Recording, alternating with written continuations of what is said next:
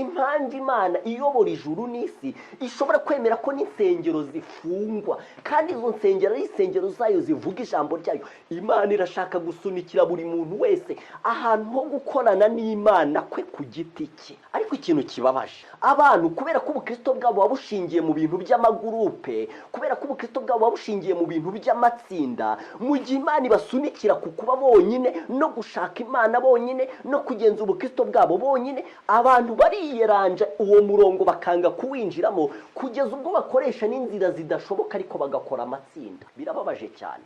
Bimeze nka bya bindi Imana yatabuye umwenda mu gihe cy'Abayuda, ariko abantu bakongera bakiyeranja bakawudodaga, ariko gahunda bari barimo zikomeza.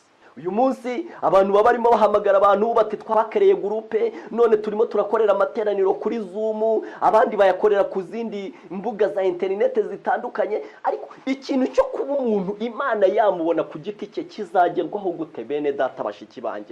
None se ko ubufasha Imana izabuguha ku giti cyawe, ko buzashingira mu buryo ukeneye Imana ku giti cyawe, ninde wakubwiye yuko ubukene bwawe ari bwo gurupe urimo mufatanye? Bamwe mu bakora ayo magurupe bayafitemo inyungu runaka, hari ibintu badashaka ko bihagarara. Ariko we muvandimwe ushaka agakiza, Imana iragushaka ku giti cyawe. Ndaguhendahenda mu izina rya Yesu nkwinginga kugira ngo ushake ibintu byawe ku giti cyawe. Kandi mu gitabo cyitwa Intambara Ikomeye kuri page 285 havuga iby'abakobwa b'abapfu baravuze ngo bari barashingiye kwizera kwabo ku kwa bagenzi babo. Ubu ndajya mbabwire ko hari abantu babona ibintu bya gurupe bishyushye bagahita bumva ni ikimenyetso cy'uko umwuka hari, bagahita bumva ni ikimenyetso cy'uko bazajya mu ijuru. Wowe kuko ari uzi ubukristo bwawe, niba utanabuzi, fata iki gihe Imana yaguhaye ku giti cyawe, utekereze ubukristo bwawe uhereye muri fondasiyo yabwo. Ku giti cyawe ubugeze ahantu wumva uvuga uti nabonye ibi, nkeneye ibi,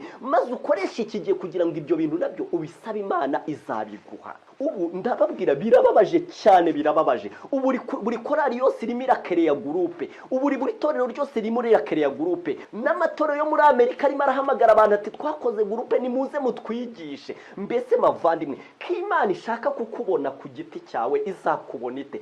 Ko Imana igerageza n'ingorane n'imbogamizi byari biriho byatumaga itakubona ibigukuriraho, ariko ko nawe bigaragara ko urimo utera imigeri ngo umurongo Imana igusunikira mutawujyamo, mbese Imana izagukorera iki bavandimwe?